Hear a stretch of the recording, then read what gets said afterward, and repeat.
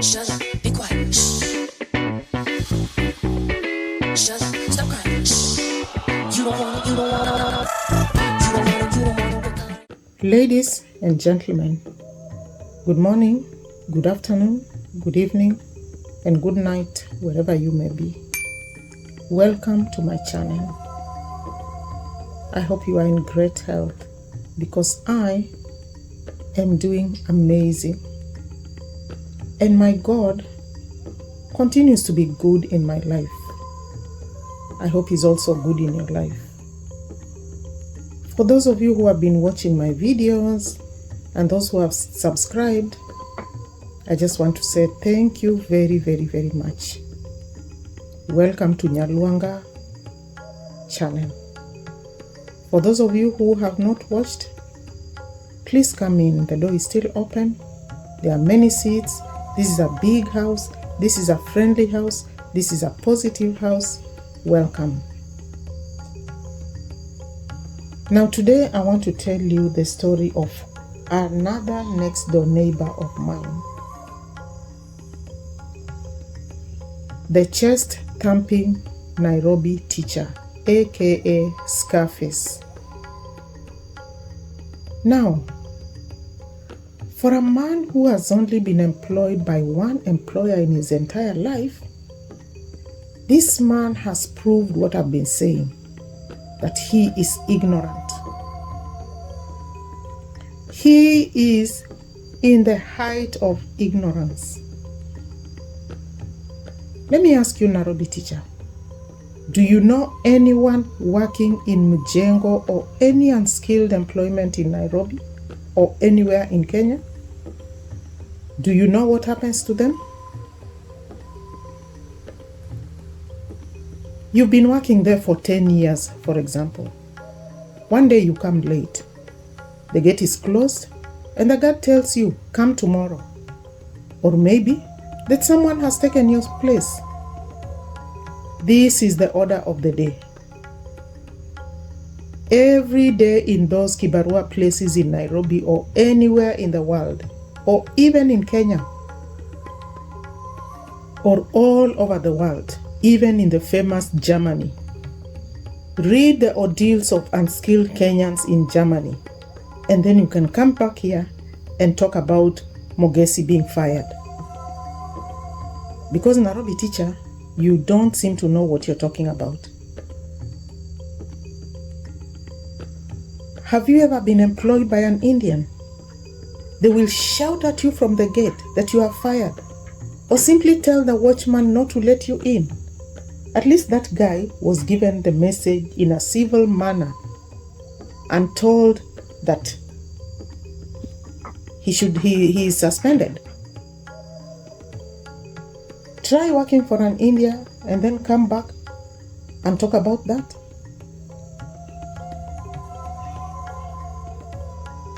Before you open your mouth to talk there, you should have found out what this guy did that got him fired. Did you talk to him and find out what got him fired? If he breaks the agreement, then he will be fired.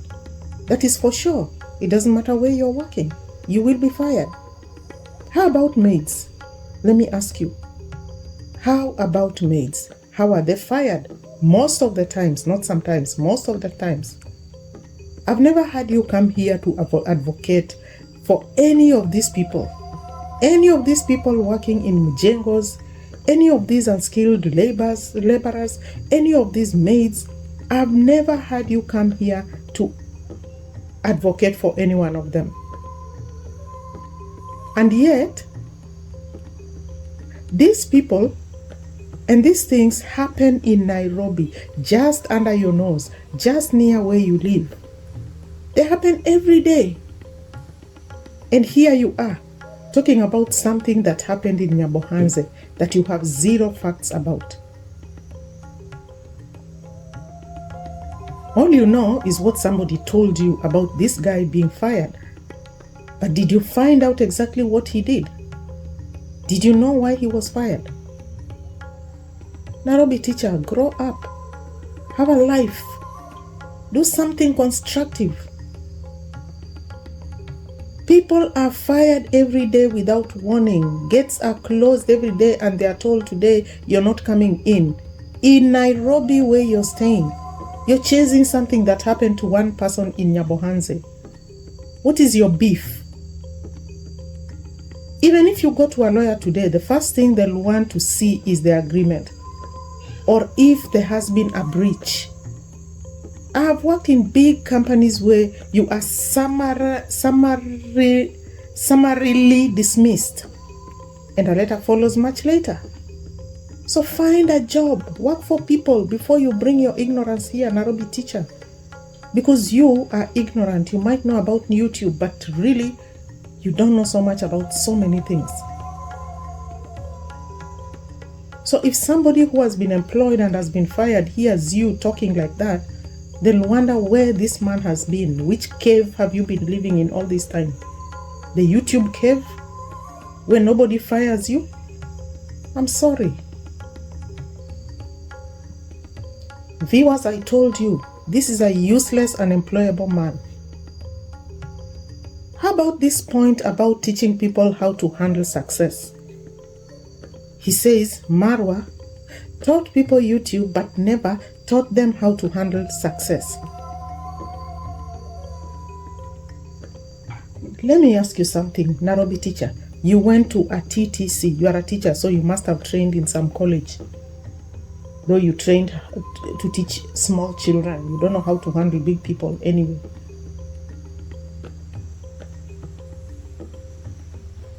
Did they teach you how to handle success? Did they teach you how to handle success, Nairobi teacher? Because the way you are behaving, I don't think you learned much about how to handle success. Should we blame the college you went to for the scam you have become? Which college did you go to? Let's find out. Tell us so that we can go and blame them for the scam you have become. Because the truth is, you have become a failure and a scam.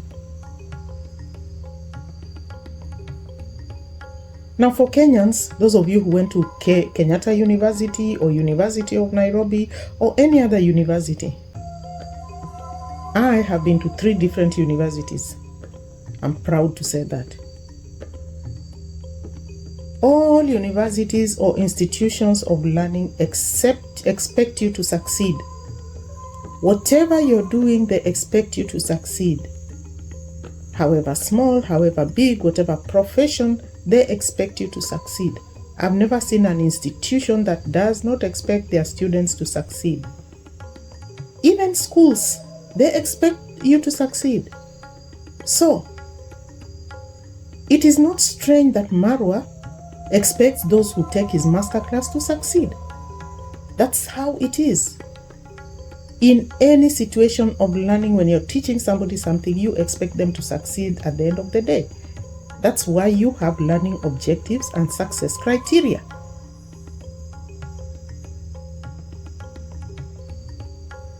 So, even if it's in the YouTube career, you expect somebody to succeed. Just the way the other colleges will expect success from you. No one in their right mind has ever come back and blamed the school or the college they went to for their irresponsible ways, or the irresponsible ways in which they have handled success, because a college expects you to succeed. So why should you come back and explain and blame them if you mess up with your success? Because all colleges will teach you to be responsible. Even Marwa tells his people to be responsible, to act responsibly, not to do certain things. This covers everything that you need to do. Once you've been told be responsible, you know that this covers every single thing that you need to do. So, if you go out there and share your naked photos with a subscriber, or if you steal from your employer, do you blame the college that you went to? Or the person who encouraged you to join YouTube? Did the curriculum include sharing photos? then all thieves, conmen, corruption addicts, all these people should blame the schools they went to, and even the colleges they went to for their irresponsible mistakes. So where does this person's responsibility come in, Nairobi teacher? So you want to tell us that nobody should be responsible for anything that they do? Their colleges, their teachers, their schools are the ones who should be responsible and should be blamed. Is that what you're telling us, Nairobi teacher? Is that what you teach your children? Is this what you were teaching children in school? Then I'm sorry for those children. And in fact, now I understand why you've turned around to bite the hand that fed you. Because you have no moral or sense of responsibility. You put it on somebody. That's why you can wake up there and sit on a stone and talk, because you have no sense of responsibility. You have left that to somebody else to carry for you. Shame on you. Now let's look at this scenario. If your wife chose to have an affair with a student where they visit each other outside the school, or they share nude photos outside the school through their phones, would you blame TSC? Or would you blame the college she went to? Who would you blame here, Nairobi teacher? Your wife sharing her nude photos with one of her students? Or a colleague teacher? Would you blame the college she went to because this college did not teach her how to handle success? Look at how foolish you are. There are many divorced and separated couples where you live. Or even in your own family, there must be divorced and separated people. So who do you blame? Who did you blame for them? The colleges they went to or their employers? Nairobi teacher. Nairobi teacher. You are a piece of work. You know, waking up there, sitting there, talking nonsense in front of the camera like somebody who never went to school. I thought you went to school. That's why you call yourself Nairobi teacher. Oh God, you shouldn't be using that name because you are spoiling the name of teachers in Nairobi. If they all look like you and behave like you, then I'm ashamed. As for Priska Sagati's case, you are even way over your head with it. Because you see, you don't even know what's going on. That's why I always say you are a liar and a cheat. A woman man not worth his salt. Priska's husband did not leave her because of YouTube. That will be like saying your wife has left you because of a teaching job. YouTube is a job like any other. You have to work, you have to make videos, you have to edit them, you have to upload them. Only then will you be paid at the end of the month. There are rules, just like any other job. Just like if your wife is teaching, it's a new job. She has to come with papers to grade every evening. She sleeps late at night, planning, marking, whatever. Will you leave her because the work is too much and she doesn't have time to talk to you? Or suppose she's collaborating with a colleague in her department, and they talk on the phone and they discuss things. Will you leave her because this is something you are not used to, so you don't know how to handle it? Somebody should have come and sat with you and taught you that if your wife is a teacher, she will be doing this and doing that and doing that. Nairobi teacher, this is nonsense. There are so many YouTubers in Nairobi. There are so many YouTubers in Kenya. Leave nyabohanse in Kenya. Some who are starting now, some who have just started. There are so many. No one ever came and sat them down with their husbands and told them that this is what you'd expect. Even in the villages, apart from nyabohanse, there are YouTubers in the villages. Kakamega, Bungoma, wherever, go there, you'll find YouTubers. I've never heard of YouTubers being sat down with their wives and being told this is what will happen when your wife will be talking to other people. You have to use your head and your mind. If this is your wife, you're supposed to trust her. If you don't trust your wife, that is your own problem. And if Sagati's husband did not trust his wife, that's his own problem. Problem with Sagati's husband, he expected too much money, and that money was not there.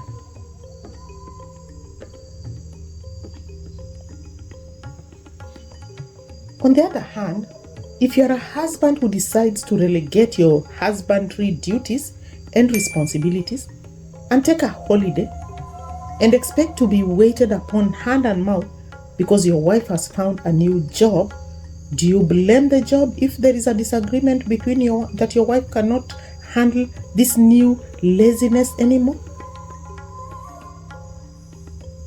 So you can't blame Priska. If the husband chose to take a holiday, close shop, and come and sit at home to be waited upon hand and foot, that's his problem.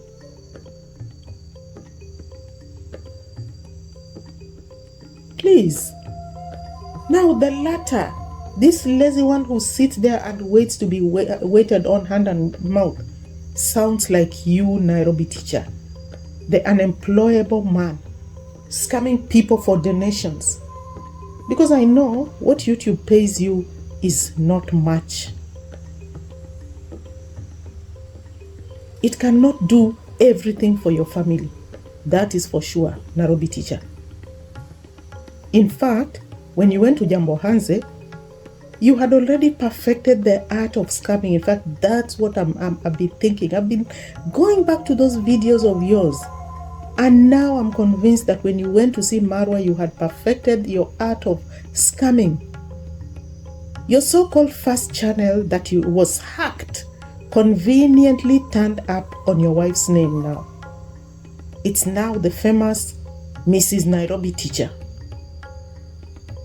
How come it wasn't doing well? And then your famous new channel that had 11,000 subscribers was not making money. How is it possible that you have 11 subscribers and you're not making money? Because you have no views, you're making shit.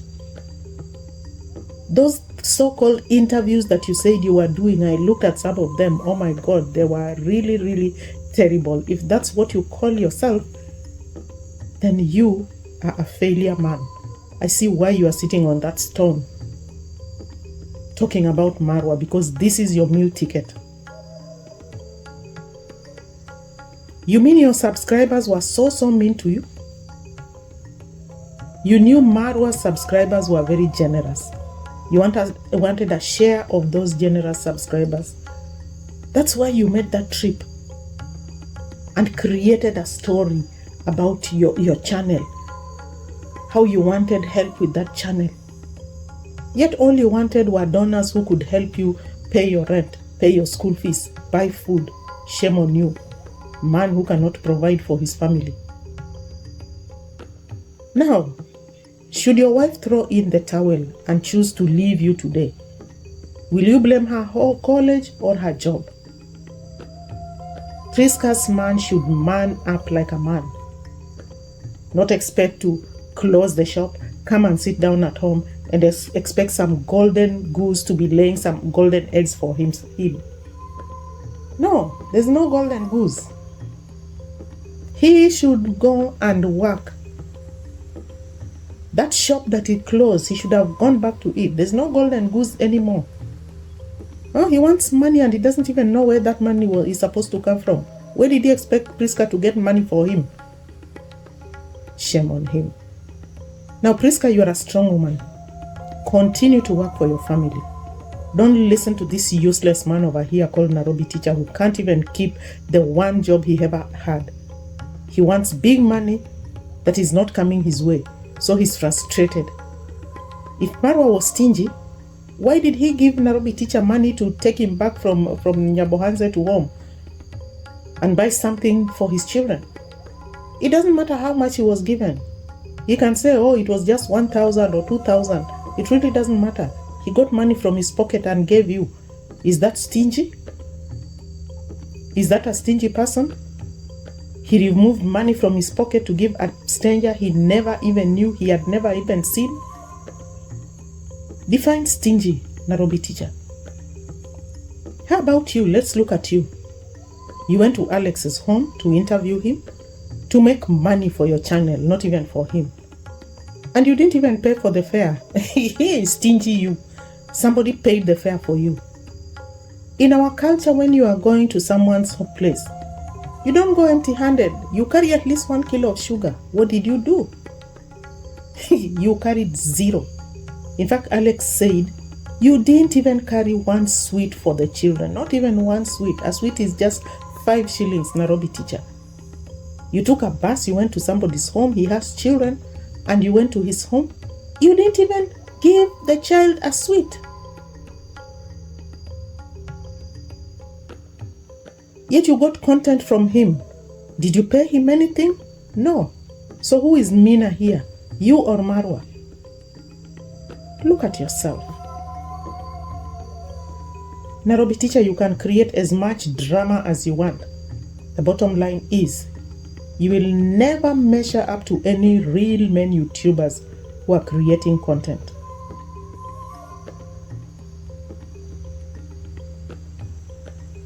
You'll always be the little ant under the table, waiting for crumbs, for people to create their content. In fact, for Marwa to create his content so that you can get crumbs under the table. Look at real men YouTubers and see what they are doing. They are not talking about women. You are always talking about women, one woman after the other. An ignorant man will always be an ignorant man. No matter which schools and colleges he goes to, he will always sit on a stone in the morning and in the evening and spew verbiage and rubbish. And that's exactly what you are doing, Nairobi teacher. Thank you very much, viewers. Thank you very much for listening to me. Be quiet.